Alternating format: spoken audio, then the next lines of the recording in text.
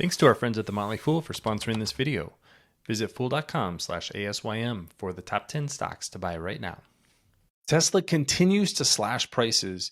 Not only did it cut prices of the Model S and Model X over the last week, it cut prices for full self-driving, the beta version of the autonomous driving technology. This was a big shock because the thesis for a lot of investors with Tesla was that the company could actually sell vehicles at a very low margin and make that up with high margin software in the future. But if you're cutting the prices for your software, that could potentially undercut that thesis. So I want to go through exactly what we know right now and then what to look for in earnings over the next few quarters. My name is Travis William. Thanks for watching Asymmetric Investing. Please subscribe here on YouTube for all my content. And if you like this video, check out my newsletter, Asymmetric Investing, in the show notes. And I'll just go to a couple of articles that show exactly what went on. I'll start with the price cuts of the Model S and Model X. There were a number of different price cuts, but I'm going to highlight this one right here, the dual motor all-wheel drive, now $75,000 for the Model S. That does get it under the threshold to get the full tax credit for electric vehicles.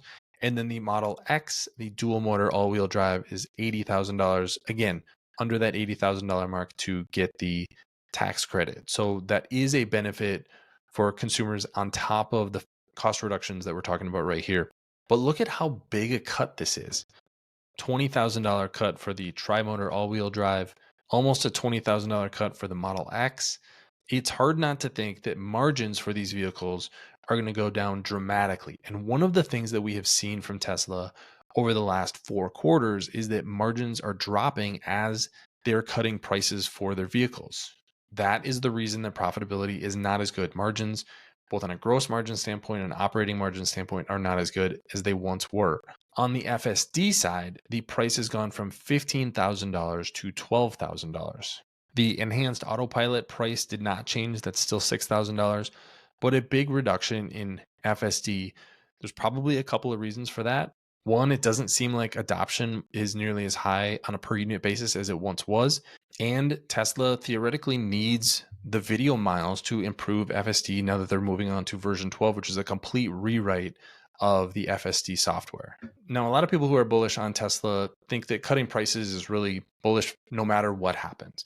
But the reality is that margins have been coming down for a year now. That's because the price of particularly the Model 3 and the Model Y have been coming down. At the same time, inventories have been going up. So that indicates that there is actually a demand problem. There's not enough demand at the previous prices. So the company is having to reduce prices to drum up more demand. Now is the exact same thing happening for both the Model S and X and the FSD software. I think that does appear to be the case. And so over the next 4 quarters, what you should watch is gross margin, operating margin, and then net income margin. I think that we're going to see all 3 of those things decline. The indicators are there, the trends are there. These price reductions can only go so far before they end up eating away all of your profitability. And I think that's where Tesla is headed.